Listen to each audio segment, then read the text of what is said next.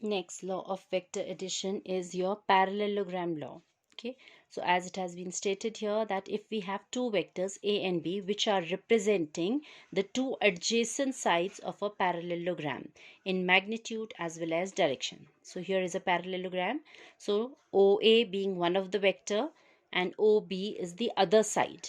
Okay, so they both of them obviously have to have the same initial point, that is the starting point of both the vectors would coincide. So these are two adjacent sides of a parallelogram, aren't they? Okay, so if the adjacent sides of parallelogram are represented by vectors, then the diagonal of that parallelogram, if you complete this parallelogram considering OA and OB as two sides of the parallelogram, if I complete this parallelogram, then the diagonal obviously through that same point, okay, diagonal passing through that same point OC vector out here would be giving you A plus B, the resultant of these two vectors. Okay, so I'm reading it from here. This is what they're saying. If we have two vectors A and B represented by the two adjacent sides of a parallelogram in magnitude and direction, then their sum or resultant, as I say, A plus B, is represented in magnitude as well as direction by the diagonal of the parallelogram through their common point, through O.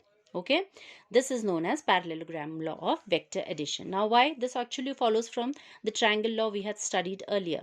See, this is your OA is your vector A, then the other adjacent side, that is OB, is vector B.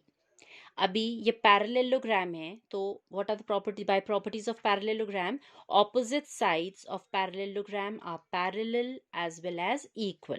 Okay, so this vector AC out here, this vector AC is equal in magnitude and direction to OB vector. So ये भी हमारा vector B ही हुआ. Displacement अभी पढ़ा था हमने कि ये इक्वल वेक्टर्स कहलाते हैं, पोजीशन मैटर नहीं करती है, only the magnitude and direction inclination has to be the same. So since these two are parallel vectors and also same direction, same length, so this ought to be vector B. So this is vector A, added to that is vector B. तो by ये हमारा triangle law से ये जो third है, initial point to the final point, this is vector A B. अभी triangle law में हमने इतना देखा था, right?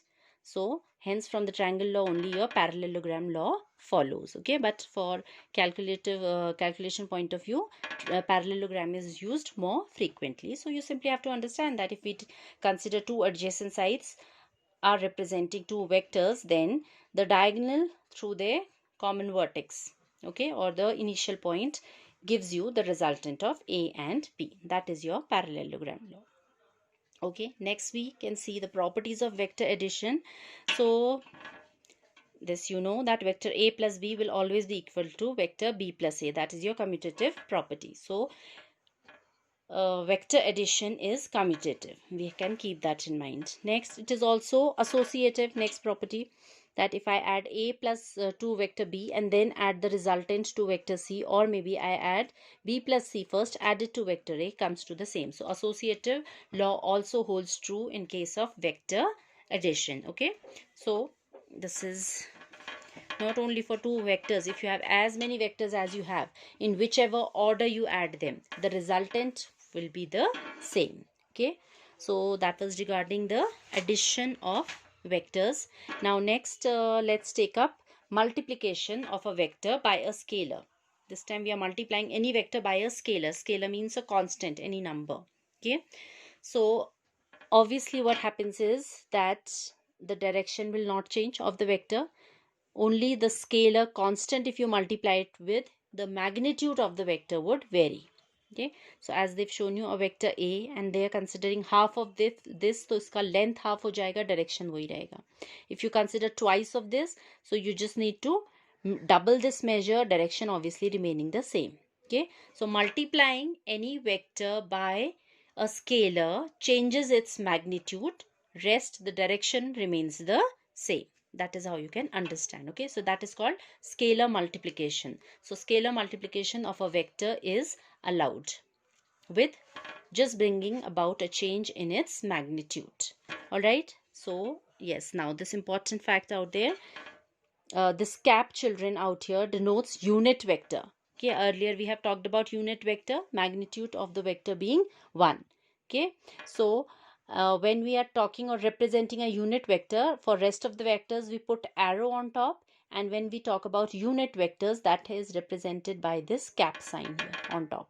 Okay, so unit vector, obviously any vector divided by its modulus. This bar sign means the modulus or its magnitude. Okay, so any vector divided by its magnitude will make it a unit vector, and that is how you represent it. So a cap is equal to vector A upon its magnitude. That is what they are telling you here. Okay, next is the components. Now components is a very important concept. I'll take that up in the next video now.